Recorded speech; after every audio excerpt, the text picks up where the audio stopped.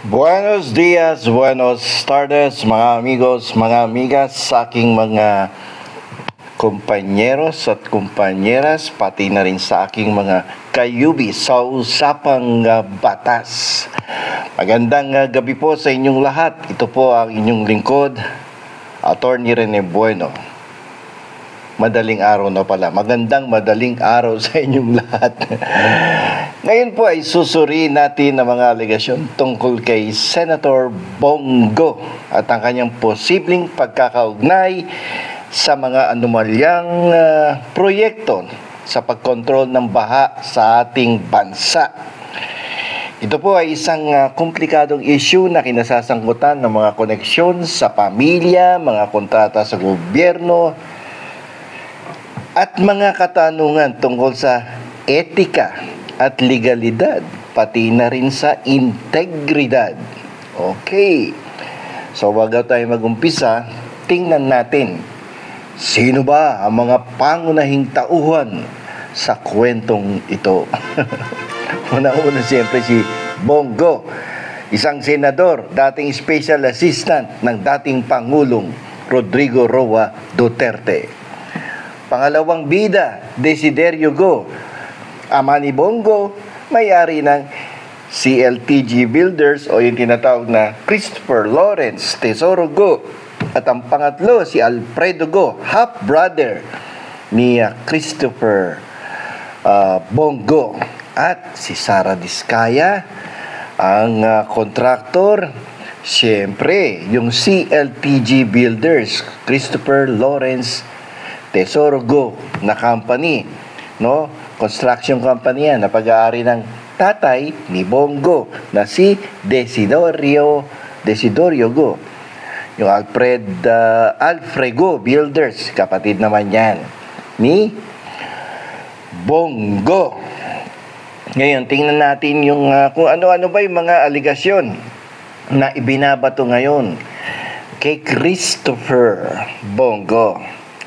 So, ang akusasyon sa kanya, may posibleng pagkakaugnay siya sa mga multi-billion projects sa infrastruktura at siyempre sa flood control, no, na kung saan ginawaran ang kanyang ama at kapatid ng napakaraming kontrata simula noong 2016. So, titingnan natin bakit nakakuha ng malalaking kontrata yan, no, mula sa DPWH. At di umunoy nakuha sa pamamagitan ng joint ventures kasama si Sara Diskaya. Joint venture project sila dyan sa Davao, nag-umpisa yan. So medyo kahina-hinala yung mga proyekto na yun, no?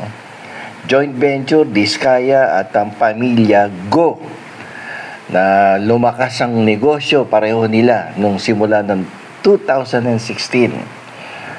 So, tingnan natin yung conflict of interest.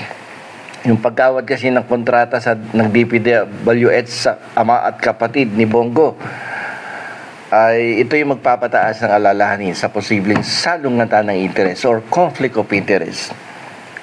Ito ay mahalaga sapagkat si Bongo ay ma-impluwensya na personalidad sa pagkawad ng mga kontratang ito. He cannot deny that na very influential siya, lalo na noong 2016 hanggang 22. So, tingnan natin yung kaugnayan ni Senator Go kay Pangulong Duterte. At ang kanyang posisyon bilang isang senador, siyempre, ay maaaring lumikha na isang kapaligiran kung saan ang mga ahensya ng gobyerno ay maaaring makaramdam ng pressure na paboran ang mga interes ng negosyo ng kanyang pamilya. Siyempre, Duterte yang Bongo. So, tingnan natin yung detalye tungkol doon sa Christopher Lawrence Tesoro Go Builders, CLTG Builders. Yung mga proyekto nila na joint venture. 2017, yung mga proyekto ng CLTG Builders, no? In collaboration with Sara, no, Diskaya, no, ay dumami yung kontrata nila. So, kaya sila nagsanib ng puwersa, no, dahil malalaki yung mga proyekto. Dahil itong lisensya yata ni Bongo family ay Class A, Class B lang yata. So, itong kumpanya ng kapatid ni Bongo ay isa sa pinakamalalaking kontratista sa Davao City, no?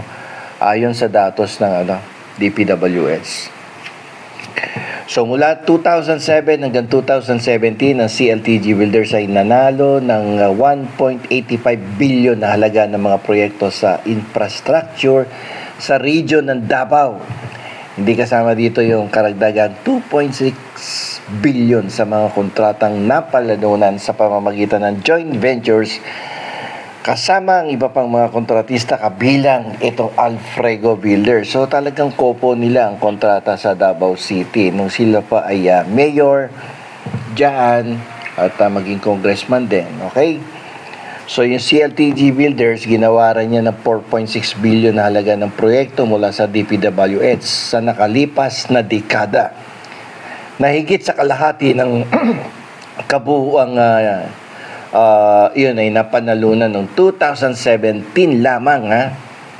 Wala sa mga proyektong ito ay ginawad ng lokal na pamahalaan ng Davao City. Malinaw yan. 2017.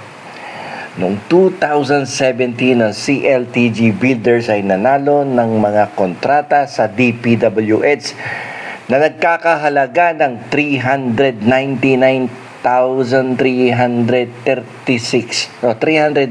million, no? At marami pang iba yan, no? Na mga joint venture contracts, no? Na kung kukumputin mo lahat, papasok sa billion. So dahil dyan medyo nagkakabukingan, siyempre ang Bongo ay dumidepensa at itinatanggi ang pagkakaugnay sa mga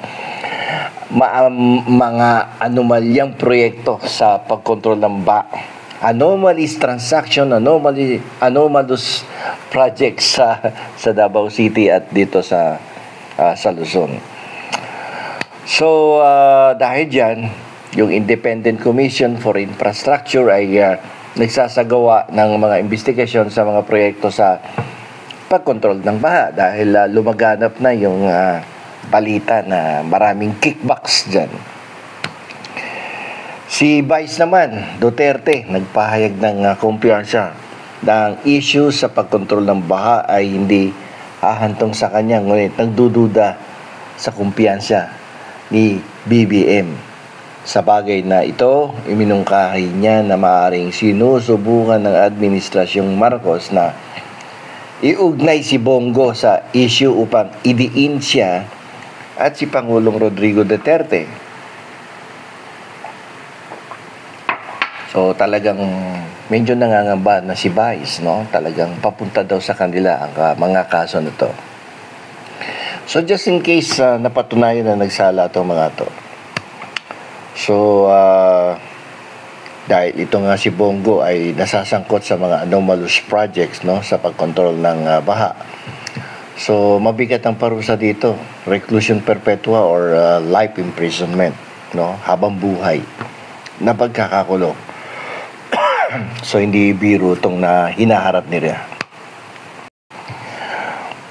Dito yung mga aligasyon na pumapalibot kay Senator Bongo at sa pagkakaugnay ng kanyang pamilya sa mga proyektong ito sa flood control ay higit pa sa mga headline lamang. Tinatamaan nito ang puso ng tiwala ng publiko, yung public trust at mabuting pamamahala. Sinuri natin ang isang sapot ng mga koneksyon. Sapot, gagamba. Ugnayan ng pamilya, mga kontrata sa gobyerno, at mga akusasyon ng hindi nararapat na impluensya na nangangailangan ng mahigpit na pagsusuri. Totoo man o hindi ang mga aligasyong ito laban kay Bongo, nagsisilbi silang isang malinaw na paalala ng pagbabantay na kinakailangan upang pangalagaan ng pondo ng gobyerno at ng publiko at tiyakin ang pananagutan mula sa ating mga nahalal na opisyal. Ang integridad ng ating mga proyekto sa infrastruktura ay direktang nakakaapekto sa kaligtasan at kapakanan ng ating komunidad. Anumang bahid ng korupsyon ay sumisira sa pundasyon ng tiwala ng publiko at humahadlang sa pagunlad ng ating bansa. Sila yung mga kumbaga sa Itbulaga, ano ba yung sinasabi sa Itbulaga dati, mga kurung-kurung o mga kurikong, mga salot.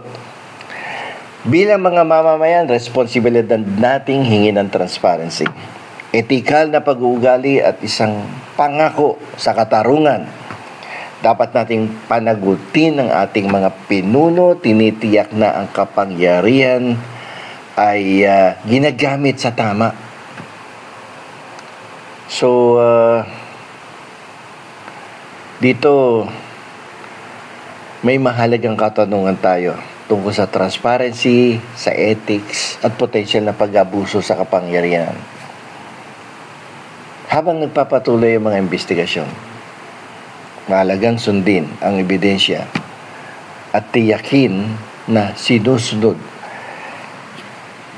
ang nararapat na proseso. So, kailangan nating magmatsyag. Kailangan nating bantayan. Kailangan nating busisiin at pag-aralan ang ikinikilos lahat ng ating mga public officials, lalong-lalo na yung mga nasasangkot at pinaghihinalaan natin na mandarambong. So, dito na lamang po. Ito po ang inyong lingkod, Attorney Rene Buwayna.